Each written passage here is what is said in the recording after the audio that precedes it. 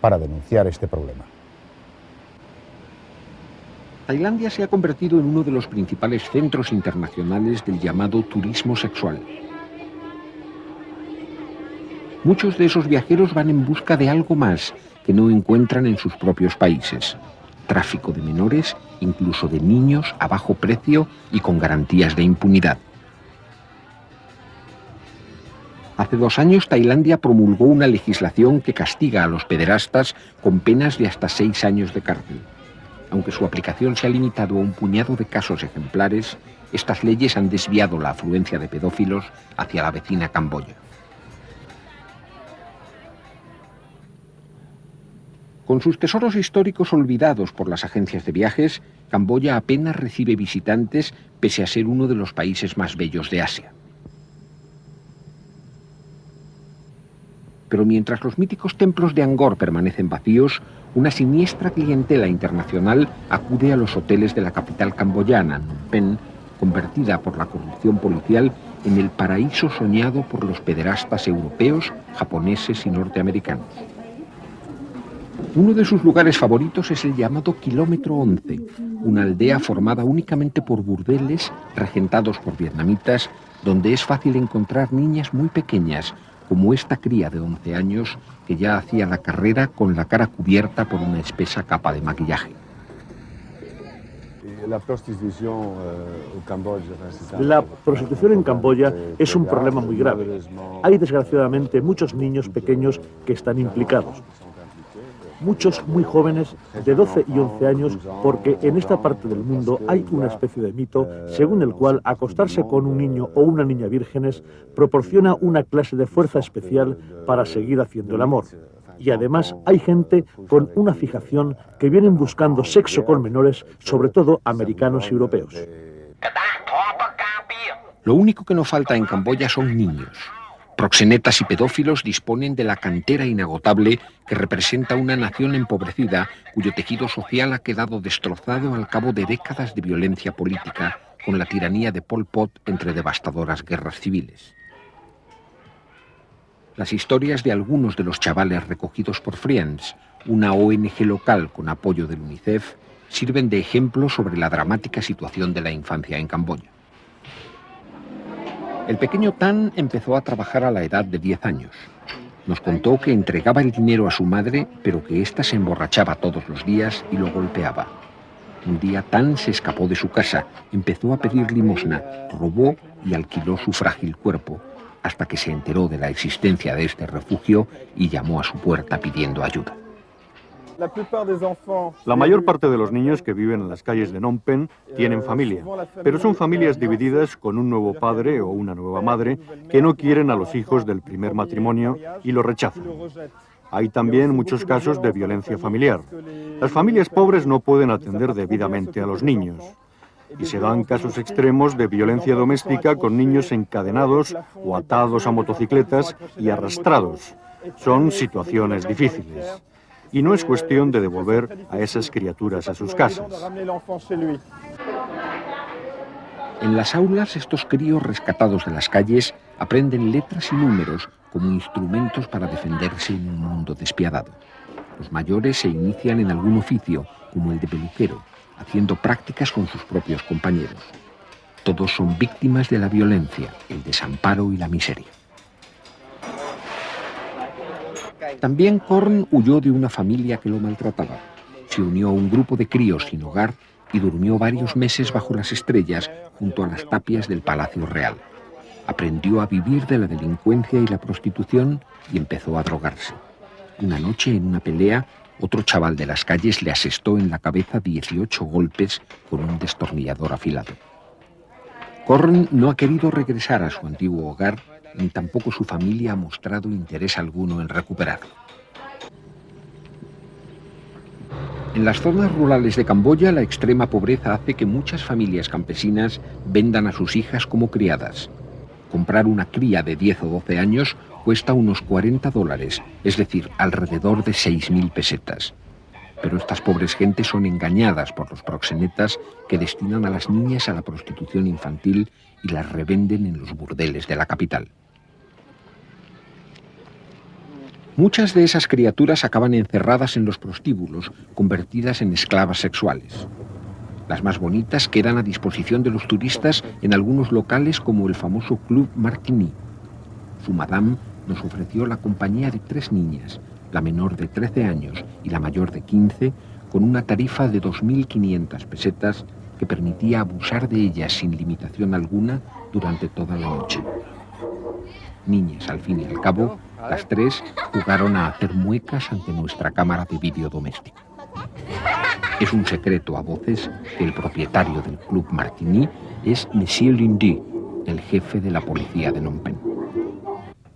El vicegobernador de la ciudad lo negó con una sonrisa, pero admitió que hay muchos policías implicados en la prostitución infantil.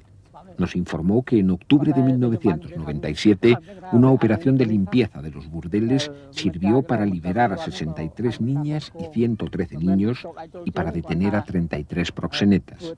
Pero no quiso admitir que también valió para que la mafia policial se apoderase de sus negocios.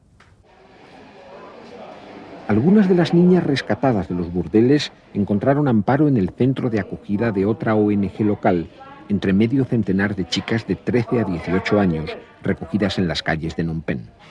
En este albergue se les brinda una oportunidad de serenarse y aprender un oficio, para que después intenten rehacer sus vidas.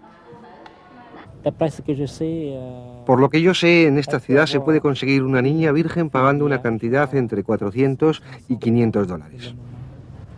¿Niñas de qué edad? 14 o 15 años, eso depende. Lo que más cuenta no es la edad, sino la virginidad. ¿Cuánto le cuesta a un camboyano acostarse con una niña en un burdel?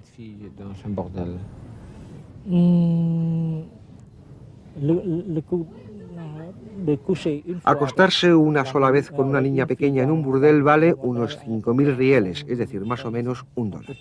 Pero depende, si la niña es muy bonita cuesta algo más, o menos si no es bella o ya es un poco más mayor. Fala tiene 15 años. Cuando aún era virgen, su hermana mayor la entregó a un musulmán a cambio de $50 de oro en polvo. Revendida y finalmente abandonada, lleva 5 meses estudiando cocina. Le preguntamos si le gustaría casarse y tener hijos. Sonrió antes de contestar que sí, pero que solo una niña para poder cuidarla como es debido.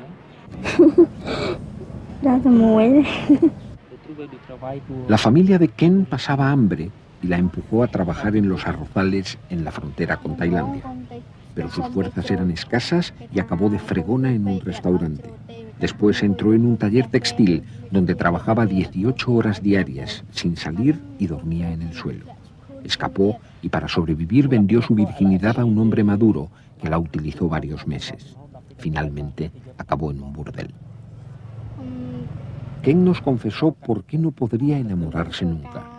No había dejado de creer en el amor, pero en el prostíbulo había contraído el SIDA y creía que amar a alguien sería condenarlo al sufrimiento y la muerte.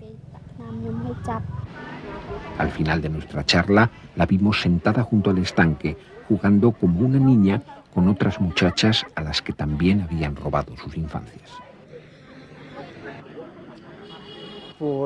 La denuncia contra los pederastas, aunque se disponga de pruebas, siempre resulta difícil.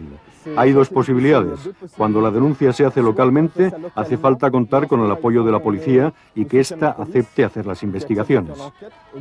La otra posibilidad es denunciar a los pederastas en los países donde hay leyes que permiten llevar ante la justicia a un pedófilo por actos cometidos en el extranjero. Países como Bélgica, Australia o Francia, y allí donde se da la colaboración policíaca internacional. Pero hacen falta pruebas muy sólidas, y ello requiere disponer de fondos y vencer muchas dificultades. A veces, incluso trasladar a los niños al extranjero, lo que resulta muy desestabilizador para los niños, incluso más traumatizante para los niños que el hecho mismo de haberse prostituido. Tan solo han prosperado 5 casos de denuncias presentadas ante la justicia de Camboya contra pederastas extranjeros, y todos los acusados fueron inmediatamente puestos en libertad. Ante la imposibilidad de poner coto legal al tráfico de menores, la única ayuda posible es retirarlos de unas calles que son hervideros de problemas sociales, arrebatándoselos a quienes comercian con sus vidas. Este crío tiene 11 años y lleva casi 2 con nosotros aquí en Friends. Cuando lo encontramos y recogimos, hacía ya más de un año que vivía en la calle y se prostituía. Así que debió de empezar a la edad de 8 años, 8 o 9 años. Cerca del Palacio Real, que es una zona donde hay muchos niños en dificultades. Fue allí donde encontró a los primeros hombres con los que se prostituyó. Algunos eran camboyanos, pero la mayor parte fueron extranjeros.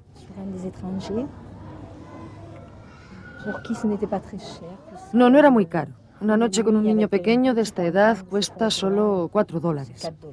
Hay muchos como este en las calles de Phnom Penh y generalmente los encontramos en no muy buen estado. Pero ahora este está bien. ¿Estaba bien?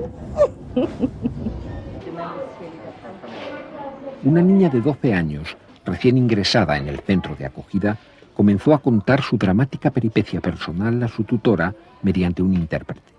Al hilo de sus recuerdos brotaron las lágrimas. Ninguno entendíamos lo que estaba diciendo, pero nadie se atrevió a interrumpirla. Después sabríamos que la pequeña había sido violada y que cuando se enteró su madre, la echó de casa.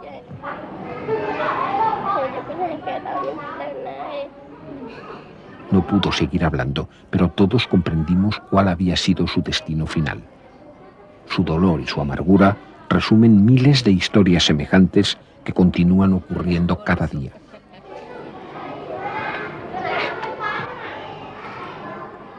Muchas otras criaturas, aún menos afortunadas que ella, se debaten en las tinieblas de los prostíbulos de Phnom Penh. Para comprobarlo basta un paseo nocturno por barrios como Boeung Salang, donde policías y militares actúan como chulos. Más de 500.000 de niños y niñas son víctimas del turismo sexual en Asia, la mayoría en antros tan siniestros como estos. Sus principales clientes provienen de los países más ricos del mundo. La Organización Mundial del Turismo calcula en más de 3,5 millones los pasajeros internacionales que viajan cada año en busca de sexo infantil. Menos de una tercera parte son pederastas habituales. El resto acepta las prácticas sexuales con niños de forma ocasional y las considera como otra experiencia exótica durante sus vacaciones.